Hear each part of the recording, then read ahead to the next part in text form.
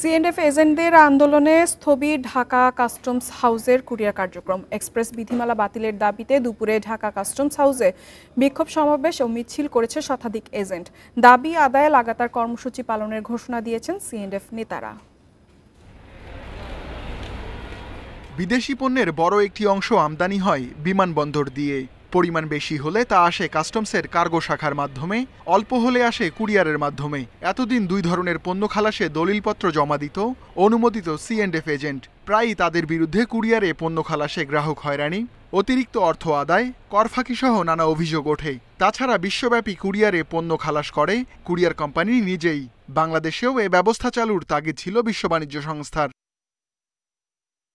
এমন প্রেক্ষাপটে কাস্টমস ব্যবস্থার আধুনিকায়নের অংশ হিসেবে দ্রুত পণ্য খালাসের এক্সপ্রেস বিধিমালা জারি করে জাতীয় রাজস্ব বোর্ড এনবিআর, যা সম্প্রতি কার্যকর হয়। এতে বন্ধ হয় কুরিয়ারে সিএনএফ এজেন্টদের কাজের সুযোগ। প্রতিবাদে বুধবার বিক্ষোভের ডাক দেয় সিএনএফ অ্যাসোসিয়েশনগুলো।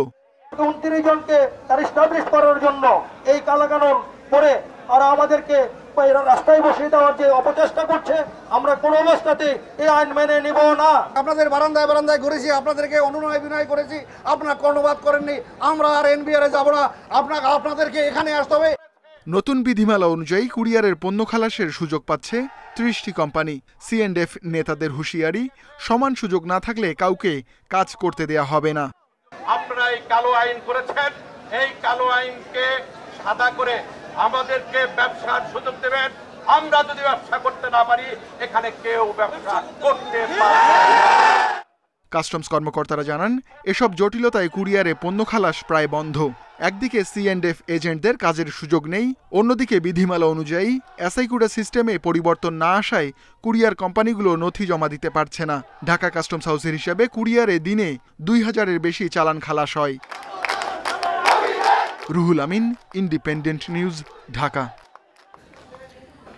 সিএনএফ এজেন্টদের আন্দোলন নিয়ে আলোচনা করতে আমাদের সঙ্গে যুক্ত হয়েছেন এনবিআরের সাবেক ভ্যাট কমিশনার আব্দুল কাফি। আব্দুল কাফি, আপনাকে স্বাগত জানাচ্ছি অর্থনীতি সারাদিনে। আপনার কাছে শুরুতেই জানতে চাই, বা আমরা জানি যে সিএনএফ এজেন্টদের বিরুদ্ধে কিন্তু বিভিন্ন সময় গ্রাহকদের হয়রানি, অতিরিক্ত অর্থ আদায় সহ বিভিন্ন অভিযোগ ছিল। এই অভিযোগের কারণেই কিন্তু এই বিধিমালা করা হয়েছে। তাহলে এখন কেন তারা আবারও আন্দোলন করছে? জনগণের এই ভোগান্তি কেন করছে তারা?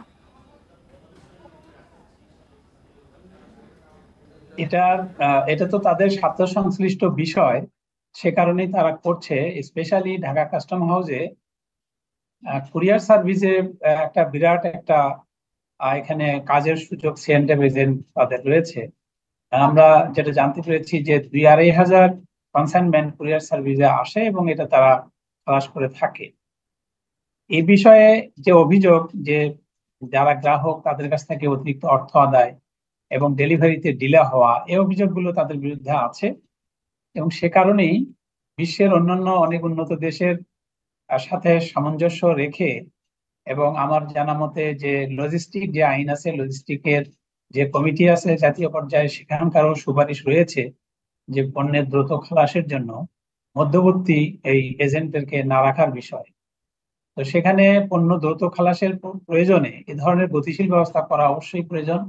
তবে আমি মনে করি এখানে আমাদের যে কাস্টমসের যে ব্যবস্থাপনা, সেখানেও প্রস্তুতির প্রয়োজন রয়েছে এবং ঢালাওভাবে সকল এক্সপ্রেসের ব্যবসা যারা করে থাকেন সার্ভিসের, তাদের প্রত্যেককে কিন্তু সরাসরি পণ্য খালাসের সুযোগটা দেওয়া সমীচীন হবে বলে আমি মনে করি না। আমি মনে করি যে অথরাইজড ইকোনমিক অপারেটরদের যেমন একটা সিলেকশন প্রক্রিয়া অতিক্রম করতে হয়, এই এক্সপ্রেস সার্ভিসের যারা আছেন তাদেরকেও একটা সিলেকশন প্রক্রিয়া পার হওয়া উচিত এবং সেই দিকটা দেখা দরকার। এবং একচেটিয়া যদি তারা পণ্য এনে যদি এখানে খালাস করেন, তাদের সবার এখানে উপযুক্ত অবকাঠামো আছে কিনা সেই বিষয়টি দেখার দরকার, তাদের ক্রেডিবিলিটি আছে কিনা সেটা দেখা দরকার। সেই জন্য আমি মনে করি একটা সময় নেওয়া দরকার, যে সময়ের মধ্য দিয়ে আমরা ক্রেডিবল যারা এক্সপ্রেস সার্ভিস যারা অপারেটর তাদেরকে আমরা অনুমতি দিলাম এবং তারপর আমরা আস্তে আস্তে আমরা এই এক্সপ্রেস যে প্রসেস যেটা বলা হচ্ছে বিধিমালা দিয়ে সেই পদ্ধতিতে আমরা খালাস করতে পারি। তাহলে আমাদের স্থানীয় সমস্যাটারও সমাধান হচ্ছে এবং দ্রুত খালাসের ব্যবস্থাটাও হচ্ছে। আব্দুল কাফি, আমরা জানি যে নতুন বিধিমালা অনুযায়ী কিন্তু কুরিয়ারে পণ্য খালাসের সুযোগ পাচ্ছে 30টি কোম্পানি। তো C&F এজেন্টদের যে দাবিটা করছে তারা এই নীতিমালা বাতিল করতে হবে, এটা কি যৌক্তিক বলে আপনি মনে করেন? এটা পুরোপুরি যৌক্তিক নাই, কারণ যেহেতু তাদের বিরুদ্ধে অভিযোগ আছে এবং পণ্য খালাসের সময় বেশি লাগছে, খরচ বেশি হচ্ছে। তবে আমি মনে করি একটা সময় বোধহয় নেওয়া প্রয়োজন আছে, যে তাৎক্ষণিক কাস্টমসও প্রস্তুত না যতটুকু মনে হচ্ছে, এবং সে কারণে আমার মনে হয় একটা সময় নেওয়া দরকার। আব্দুল কাফি, আমাদের সঙ্গে যোগ দেওয়ার জন্য আপনাকে অসংখ্য ধন্যবাদ। চলে যাচ্ছি পরবর্তী সংবাদে। স্পট মার্কেট থেকে এক কার্গো LNG কেনার অনুমোদন দিয়েছে সরকার। এতে ব্যয় হবে 609 কোটি 27 লাখ টাকা। বিদ্যুৎ ও জ্বালানির সরবরাহ বাড়াতে এই LNG কেনা হবে। বুধবার সচিবালয়ে অর্থমন্ত্রী আবুল হাসান মাহমুদ আলীর সভাপতিত্বে সরকারি ক্রয় সংক্রান্ত মন্ত্রিসভা কমিটির বৈঠকে এই প্রস্তাবের অনুমোদন দেওয়া হয়। বৈঠক শেষে মন্ত্রিপরিষদ বিভাগের সমন্বয় ও সংস্কার সচিব মাহমুদুল হোসাইন খান জানান, রাষ্ট্রীয় চুক্তির মাধ্যমে চলতি অর্থ বছরের জন্য সৌদি আরব ও রাশিয়া থেকে 30,000 টন সার কেনা হবে। এর মধ্যে 40,000 টন DAP ও 30,000 টন MOP সার রয়েছে। এতে ব্যয় হবে 344 কোটি 38 লাখ টাকা।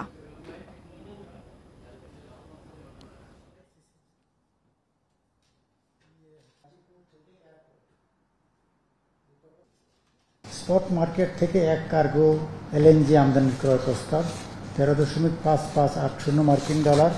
এটার পূর্ব মূল্য ছিল 12.9697 মার্কিন ডলার পার MMBTU। মোট ক্রয় মূল্য 609 কোটি 27 লক্ষ 65,897 টাকা। প্রাকৃতিক দুর্যোগের কারণে কিছু এলাকায় গ্যাস সরবরাহের সমস্যা দেখা দিয়েছে, তবে 15 জুলাইয়ের পর সংকট কমবে বলে জানিয়েছেন বিদ্যুৎ ও জ্বালানি প্রতিমন্ত্রী নসরুল হামিদ।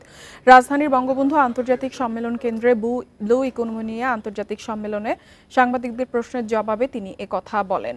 সম্মেলনে পরিকল্পনা মন্ত্রী বলেন, সমুদ্র অর্থনীতির সম্ভাবনা কাজে লাগাতে বাংলাদেশকে দেশি বিদেশি প্রতিষ্ঠানের সঙ্গে অংশীদারিত্ব জোরদার করতে হবে, কারণ এখানে শুধু বড় অঙ্কের বিনিয়োগ নয়, উন্নত কারিগরি জ্ঞান ও অভিজ্ঞতা বিনিময় গুরুত্বপূর্ণ। এ সময় বলা হয়, দেশের উপকূলীয় এলাকায় 3 কোটির বেশি মানুষ বাস করে, তাই দারিদ্র্য বিমোচনে বড় ভূমিকা রাখতে পারে সমুদ্র সীমা। জানানো হয়, সমুদ্র অর্থনীতি বাংলাদেশকে প্রতি বছর 620 কোটি ডলার যোগান দেয়।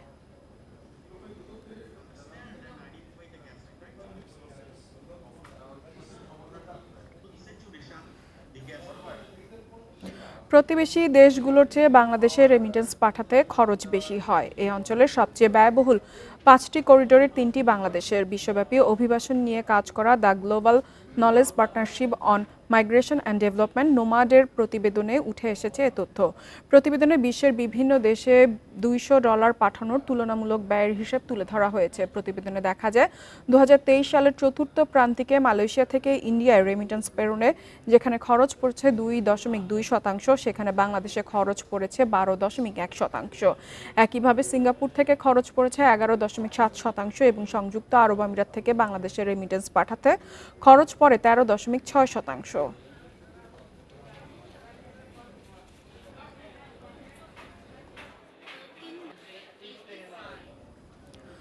আমদানির দায় পরিশোধে সহায়তা দিতে গত অর্থবছর বৈদেশিক মুদ্রার রিজার্ভ থেকে প্রায় $13 বিলিয়ন বিক্রি করেছে বাংলাদেশ ব্যাংক। স্থানীয় মুদ্রায় এর পরিমাণ প্রায় 1,52,000 কোটি টাকা। এ নিয়ে গত 3 অর্থবছরের ডলার বিক্রির পরিমাণ প্রায় $34 বিলিয়ন।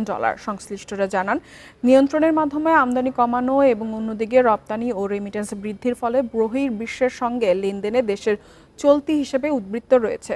তবে বিদেশি ঋণ ও বিনিয়োগ কমা এবং আগের ঋণ পরিশোধের চাপের কারণে আর্থিক হিসেবে বড় ঘাটতি রয়েছে। সামগ্রিক লেনদেনে ভারসাম্য এর নেতিবাচক প্রভাব পড়েছে। এ কারণে ডলার সংকটের তেমন উন্নতি হয়নি। বেশিরভাগ ডলার দেয়া হয়েছে সরকারি খাতের জ্বালানি, সার ও খাদ্য আমদানির ব্যয় মেটাতে।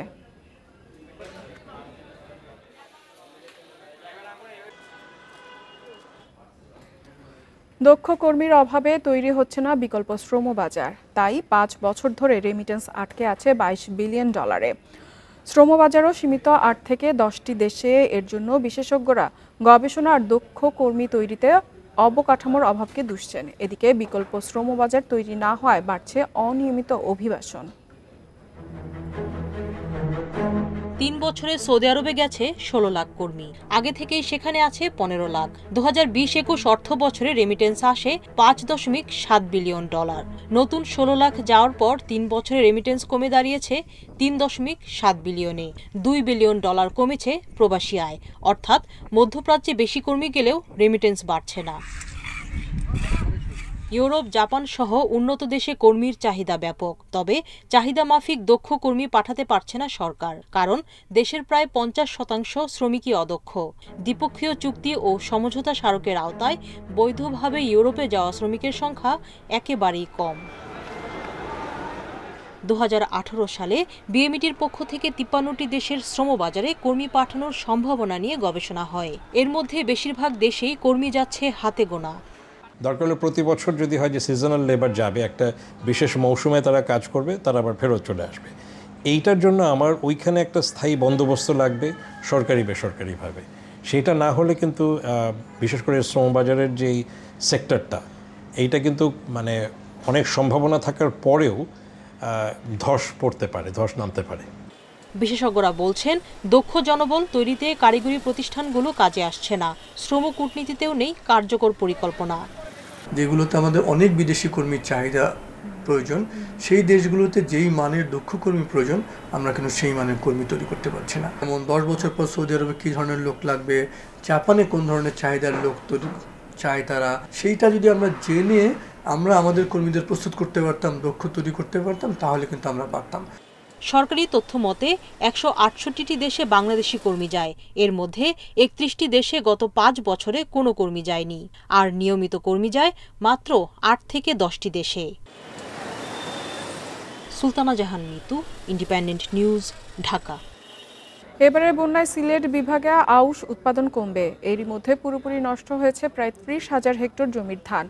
কৃষি অধিদপ্তর ও অর্থনীতিবিদরা বলছেন, বন্যায় নষ্ট হয়েছে গ্রীষ্মকালীন সবজি ক্ষেত। এদিকে সিলেট ও রংপুরে আরও কয়েকদিন বন্যা পরিস্থিতির অবনতির সতর্কতা দিয়েছে বন্যা পূর্বাভাস কেন্দ্র।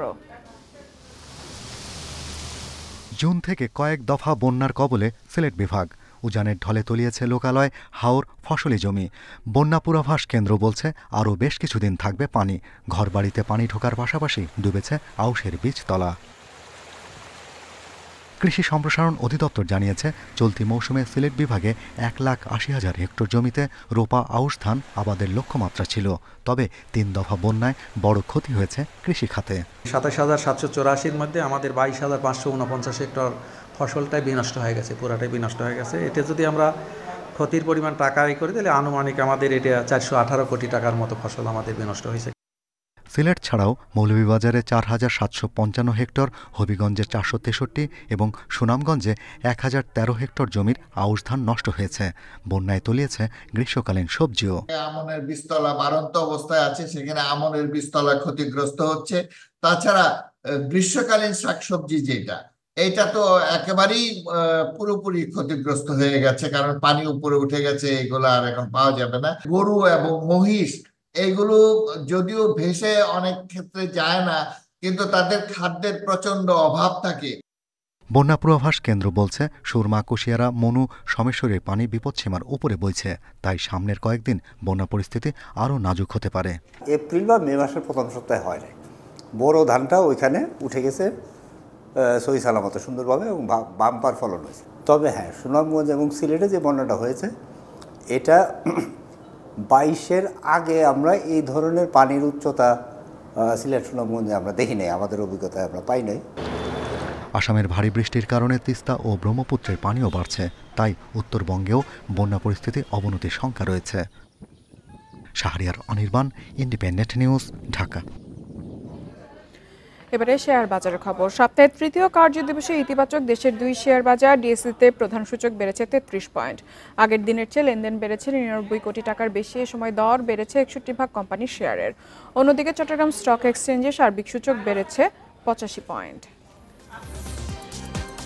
বুধবার লেনদেনের শুরু থেকে ইতিবাচক ঢাকা স্টকের সূচক। প্রথম 20 মিনিটে প্রধান সূচক বাড়ে 36 পয়েন্ট। বেলা বাড়ার সঙ্গে সঙ্গে কিছুটা সংশোধন হয় সূচক। তবে দিন শেষে ডিএসইএক্স সূচক বেড়েছে 33.65 পয়েন্ট, অবস্থান করছে 5,373 পয়েন্টে।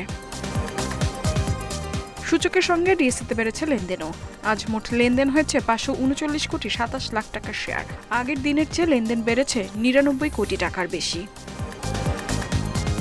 হাত বদলে অংশ নেওয়া 395টি কোম্পানি ও মিউচুয়াল ফান্ডের মধ্যে দর বেড়েছে 61% প্রতিষ্ঠানের শেয়ারের। এর মধ্যে দর বেড়েছে 241টির, কমেছে 97টির, অপরিবর্তিত রয়েছে 57টি প্রতিষ্ঠানের শেয়ারের দর। সবচেয়ে বেশি লেনদেন হওয়া প্রতিষ্ঠানের তালিকায় প্রথম বীজ হ্যাচারি, দ্বিতীয় ইউনিলিভার কনজিউমার কেয়ার, তৃতীয় অবস্থানে আলিফ ইন্ডাস্ট্রিজ। শতাংশের দিক থেকে দরবৃদ্ধির তালিকায় প্রথম খান ব্রাদার্স পিপি ওভেন, দ্বিতীয় সিল্কো ফার্মাসিউটিক্যালস, তৃতীয় অবস্থানে বেঙ্গল উইন্ডসর। অন্যদিকে চট্টগ্রাম স্টক এক্সচেঞ্জে সার্বিক সূচক বেড়েছে 84.94 পয়েন্ট। লেনদেন 5 কোটি 55 লাখ টাকার শেয়ার। ইফাতারা, independent news. এবারে জানাবো বিশ্বের প্রধান মুদ্রার সাথে টাকার আজকের বিনিময় হার। দর অপরিবর্তিত যুক্তরাষ্ট্রের ডলারের বিনিময় হচ্ছে 117 টাকা 95 পয়সায়। যুক্তরাজ্যের পাউন্ডের দর বেড়েছে, বিনিময় হচ্ছে 157 টাকা 13 পয়সায়। ইউরোর দরও বেড়েছে, বিনিময় হচ্ছে 133 টাকা 7 পয়সায়। দর অপরিবর্তিত ভারতীয় রুপির বিনিময় হচ্ছে 1 টাকা 45 পয়সায়। সৌদি রিয়েলের দর অপরিবর্তিত, বিনিময় হচ্ছে 31 টাকা 59 পয়সায়। অপরিবর্তিত আরব আমিরাতের দিরহামের দরও বিনিময় হচ্ছে 32 টাকা 27 পয়সায়। কুয়েতি দিনারের দর বেড়েছে, বিনিময় হচ্ছে 386 টাকা 79 পয়সায়। এছাড়া কমেছে মালয়েশিয়ান রিঙ্গিতের দর, বিনিময় হচ্ছে 25 টাকা 12 পয়সায়।